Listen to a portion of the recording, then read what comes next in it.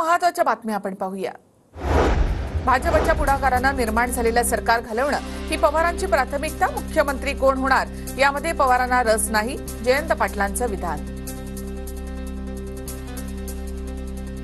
साहेबांची महाराष्ट्रातलं भारतीय जनता पक्षाच्या पुढाकारानं निर्माण झालेलं राज्य घालवणं हे पवार साहेबांची पहिली प्रायोरिटी आहे। मुख्यमंत्री कोण होतो याच्यात त्यांचा फार इंटरेस्ट नाहीये।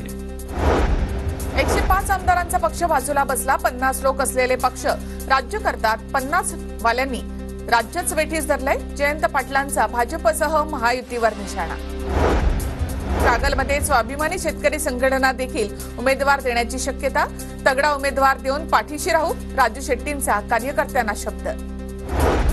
तिसऱ्या आघाडीबाबत काही पक्षांशी चर्चा झाली, मात्र जरांगे यांच्यासोबत जाणाऱ्या पक्षांसोबत आम्ही जाऊ शकत नाही। राज्यातील तिसऱ्या आघाडीवर प्रकाश आंबेडकरांची प्रतिक्रिया। ते मी जसं म्हणलं, काही पक्षांची चर्चा झाली की ज्यांची नावं मी काही आणत नाहीये, पण एवढं निश्चित आहे की जे जरांगे पाटील यांच्याबरोबर जातील त्यांच्याबरोबर आम्ही जाऊ शकत नाही।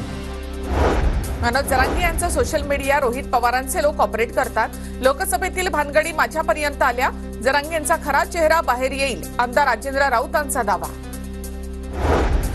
आमदार राजेंद्र राऊतांच्या विरोधात मराठा समाज आक्रमक। धाराशिव मधील कळंबमध्ये राजेंद्र राऊत यांच्या फोटोला जोडे मारत आंदोलन। जरांगेंबाबत वादग्रस्त वक्तव्य केल्यामुळे निषेध आंदोलन। अब्दुल सत्तार यांचा मनोज जरांगे यांना फोन। सगळे सोयरे आणि हैदराबाद गॅझेटबाबत फोनवरून चर्चा। सत्तारांनी माहिती देण्यासाठी फोन केल्याची जरांगे यांची माहिती। त्यांचा फोन आला होता की माहिती देण्याच्या बाबत। त्या दिवशी ते आले होते आणि त्यांनी सांगितलं होतं की मी सगळे विषय सीएम साहेब आणि डीसीएम साहेबाच्या कानावरती टाकतो म्हणून। त्यांनी जरा आता डीपमध्ये सगळी माहिती दिली, चर्चा केली म्हणे, मी बोललोय पण। सरकारकडे योजनेसाठी पैसे आहेत, मात्र अंगणवाडी सेविकांच्या मागण्यांकडे लक्ष नाही।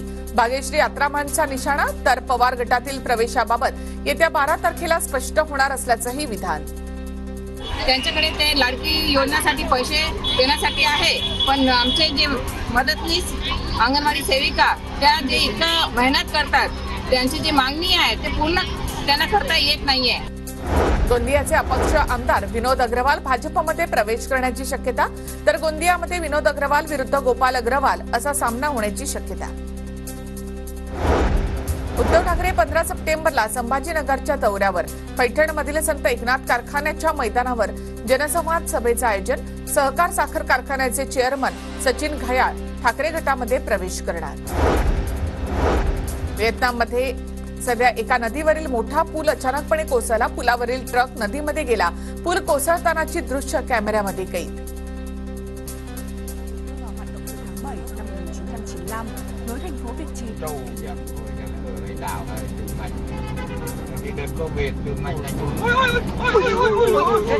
mạnh quá mình